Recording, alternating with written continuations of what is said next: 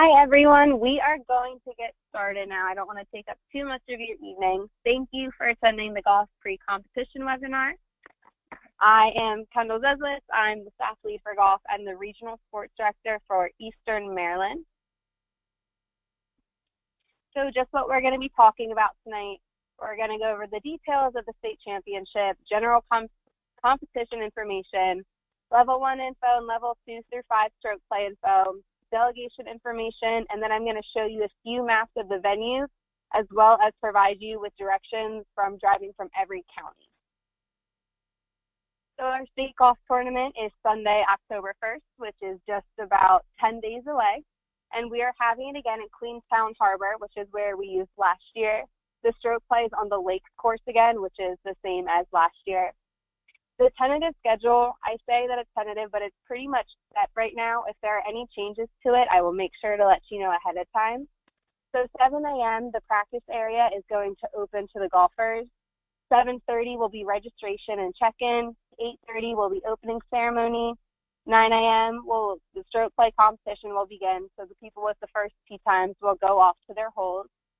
At 9:15, we're going to begin staging for level 1, so we can start their competition by 9:30. This is a change from last year. Something that I noticed in the comments from last year's survey was that it was too long of a wait between level 2 through 5 starting and level 1 starting, so I'm trying to cut down on that time. And then approximately around 1 p.m., the awards ceremony will begin. The events that we offer are our level 1 individual skills competition, level 2, which is 9-hole alternate shot, level 3, 18-hole alternate shot, level 4, 9-hole individual stroke play, and then level 5, the 18-hole individual stroke play. So a few general competition rules. Athletes will be divisioned according to the official Special Olympic sports rules, which I'm sure you're all familiar with by now. They're divisioned based upon their age, gender, and ability. However, some age groups and genders might be combined to offer the best competition opportunities for our athletes. We ask that there is no profanity or abusive language at any time. This means coming from the athletes, the partners, the coaches, including the spectators. And along with spectators, we ask that families and spectators maintain a 50-foot distance at all times during the competition. This is inclusive of both skills and stroke play, and they are not permitted to offer strategic assistance of any kind. And the governing body that we use for golf is the United States Golf Association. We will have about 5 to 6 USGA rules officials who will actually be at the event. So if you have any questions that come up, you can always ask them because they know golf like it is the back of their hand. So a big rule within golf is the uniform. Proper golf attire is required for all athletes, regardless of what level that they play, and also required of all of our partners. A violation of the dress code is going to result in disqualification. So the uniform requirements are having a collared shirt or a golf mock shirt, for the pants, wearing slacks or Bermuda shorts or golf shorts for women.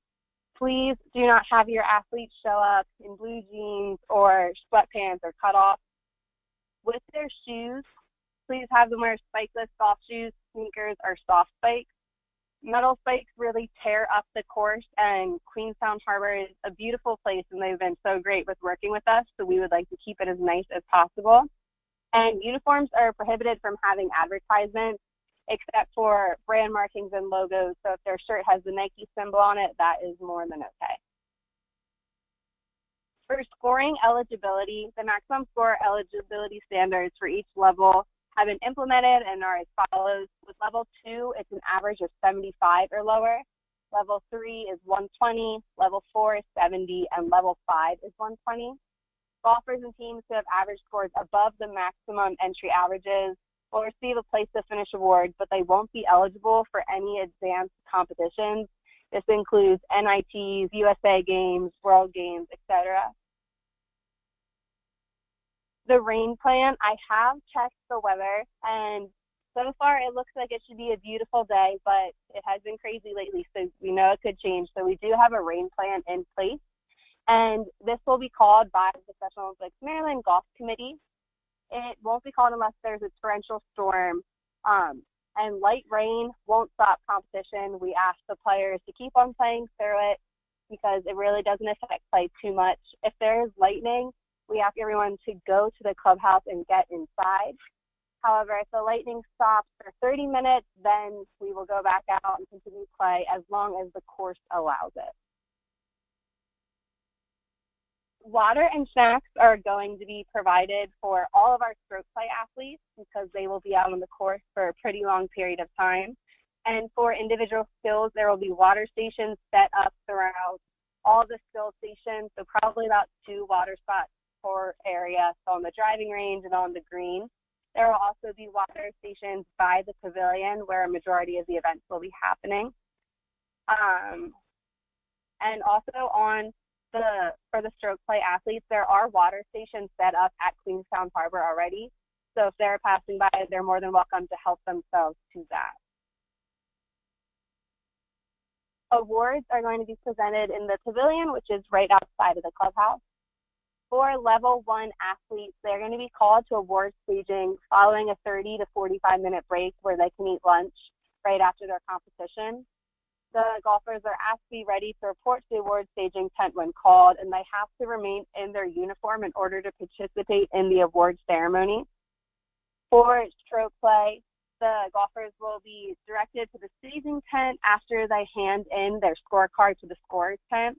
It's really important that as soon as the team finishes up, they bring their scorecard over right away. That way we can get awards going on as quickly as possible and people won't have to wait around for too long.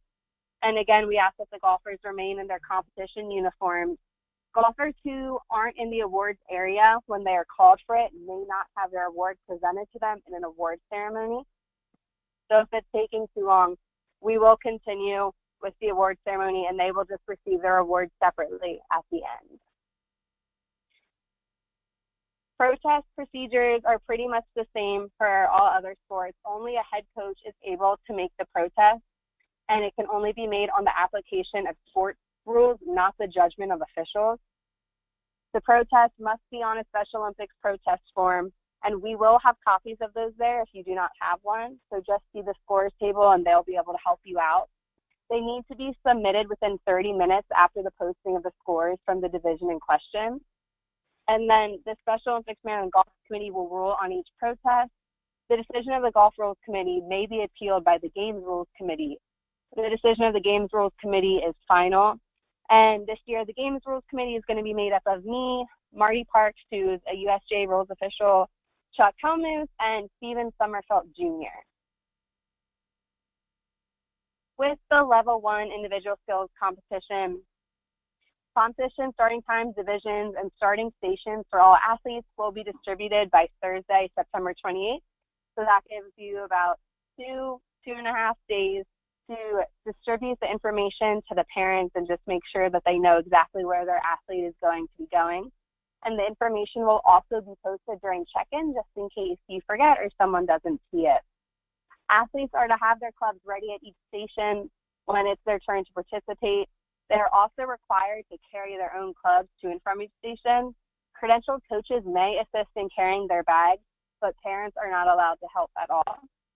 And coaches are not permitted to coach once the athlete has addressed the ball at the skill station. However, in between walking to the different skill stations, you can give them some comments and feedback to maybe help them participate a little better in the next station. Athletes are going to compete in 2 full rounds of competition, and they earn a cumulative score. And then the athletes will achieve 2 total scores per skill station before moving on to the next station. The skill stations are not available for use before the competition because they will already be set up, and we don't want them to get messed up at all. But there will be a portion of the driving range area and a small practice screen that is right behind the driving range, so they will be able to warm up a little bit. If your athletes are using these areas, please be mindful of other people who are trying to practice too. That way we can give everyone an equal opportunity. And lastly, athletes are permitted 1 practice shot at each skill station before each round of competition at the station. So that shot will not count towards their point.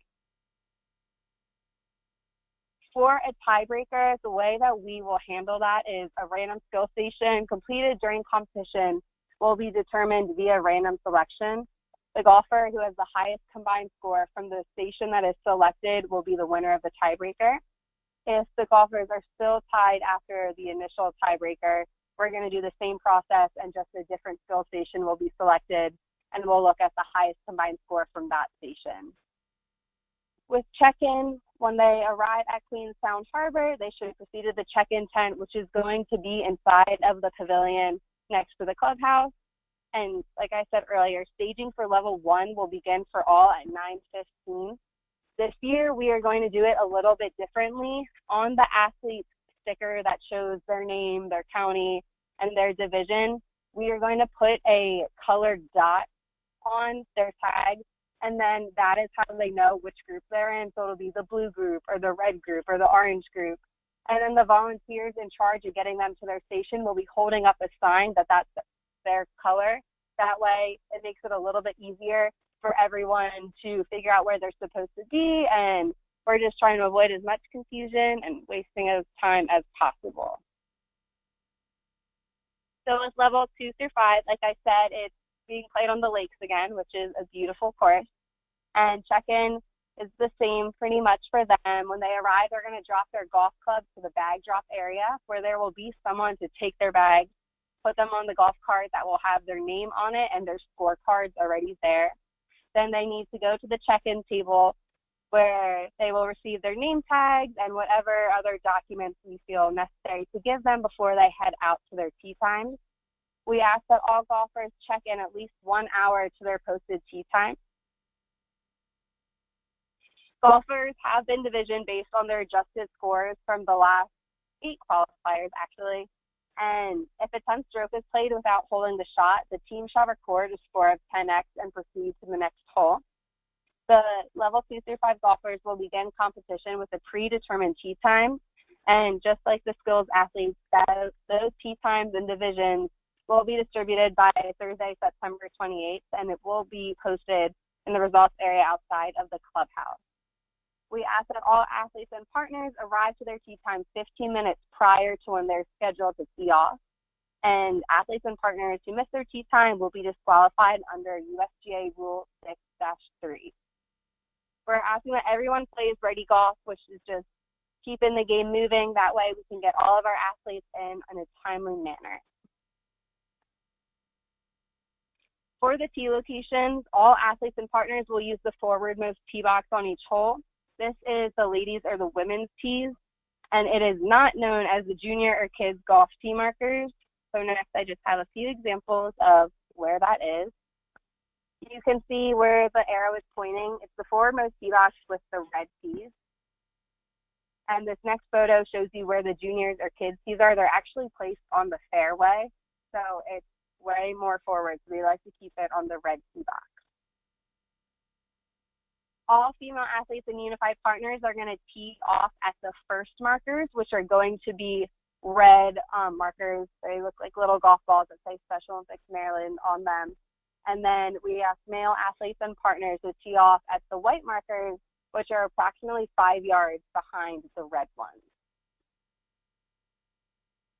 For a tiebreaker, the way that we do it for level 2 through 5 stroke play is the team with the fewest amount of 10x scores will be deemed the winner. If the score remains tied, then we move on to the second tiebreaker, which is selection of a random pool of competition competed by all tied teams. And the team who scores the lowest during the championship on the randomly chosen hole will be the winner of this tiebreaker. If they're still tied after this, we will select another hole. And just so you know, a score of 10 is deemed to be lower than a score of 10x. Results will be posted for each competition division immediately following the collection of all scorecards from each competition division, and result postings can be found in the pavilion. After turning in the scorecard, which should be happening as soon as the team finishes up, we ask them to remove their golf bags from the golf cart used during the competition and then put their bags in the bag drop area. After this, please have them report immediately to the awards area, which is going to be in the pavilion. This way, we are trying to have the awards start as soon as possible, so we don't want them waiting around. Some divisions are going to be spread out over about 2 to 3 tee times, so we don't want someone in the first division or the first tee time in the division having to wait 30 minutes just to get their award. So as quickly as we can move would be great. Unless otherwise directed by an SOMD official, golfers must remain in the awards area until their awards are presented. And a golfer who fails to adhere to this requirement may not have their awards presented to them in an award ceremony. We are going to be handing out the lunch tickets as soon as they get their scorecard. However, please still have them wait for their award until they eat. Unless we are super backed up with the level 1 athletes receiving their awards, then it's fine for them to go grab their lunch real quickly. But we really just want to keep things moving.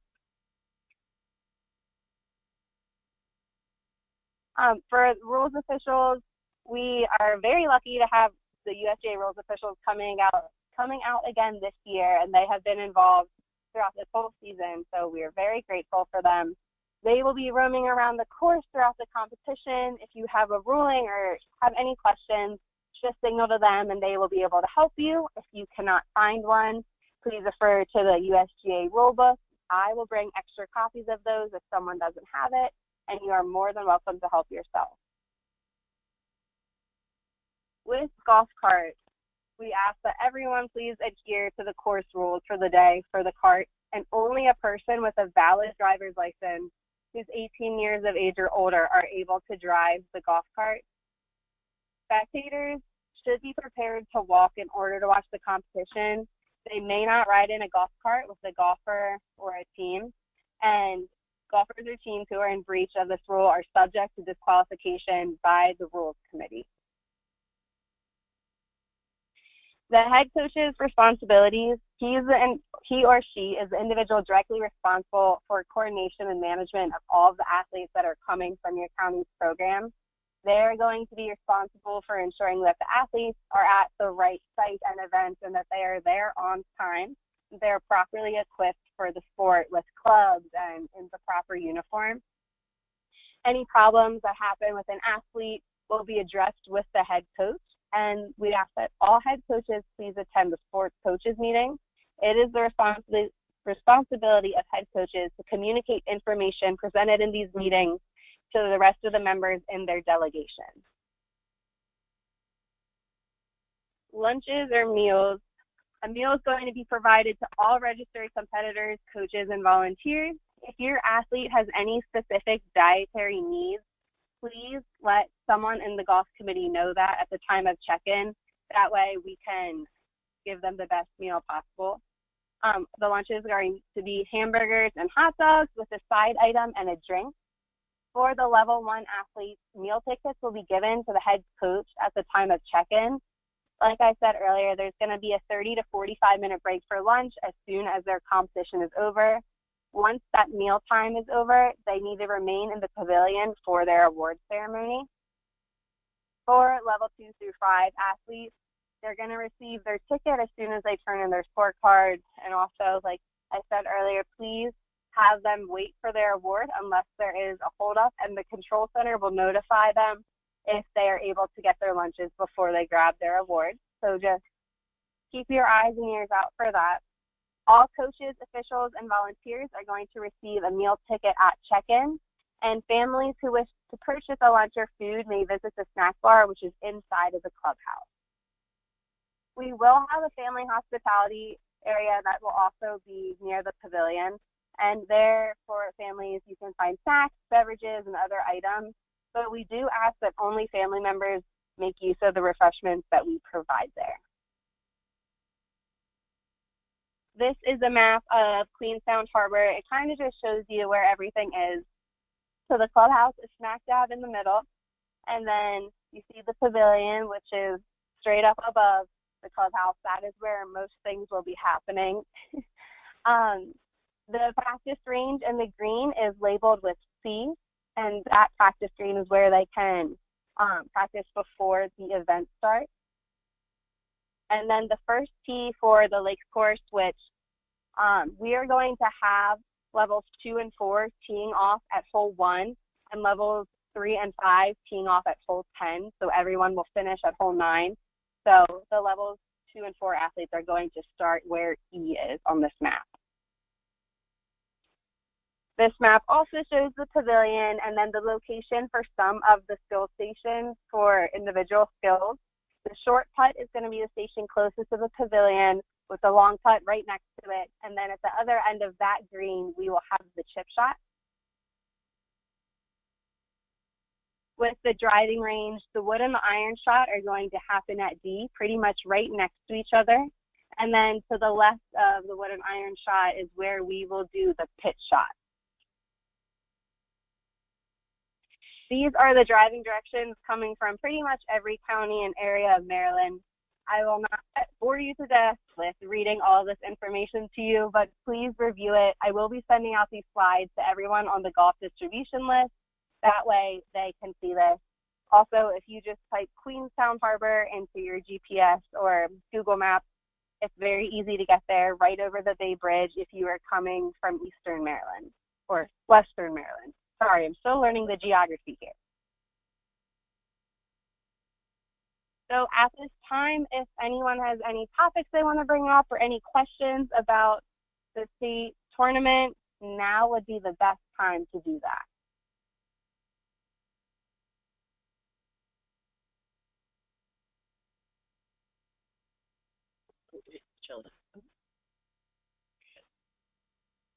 Hey, Shelly, you are unmuted.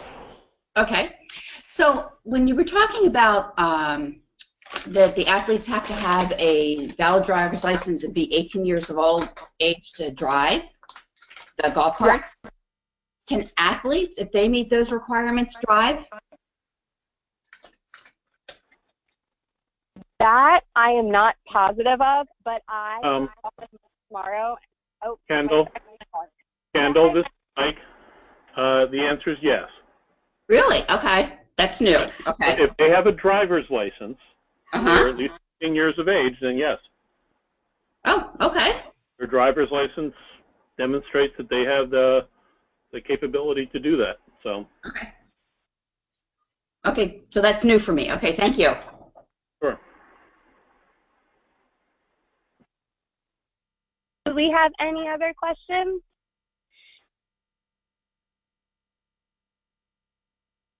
All right, well, thank you all for taking the time out of your evening to listen in on this webinar. Like I said, I will send out the recording and the slides tomorrow.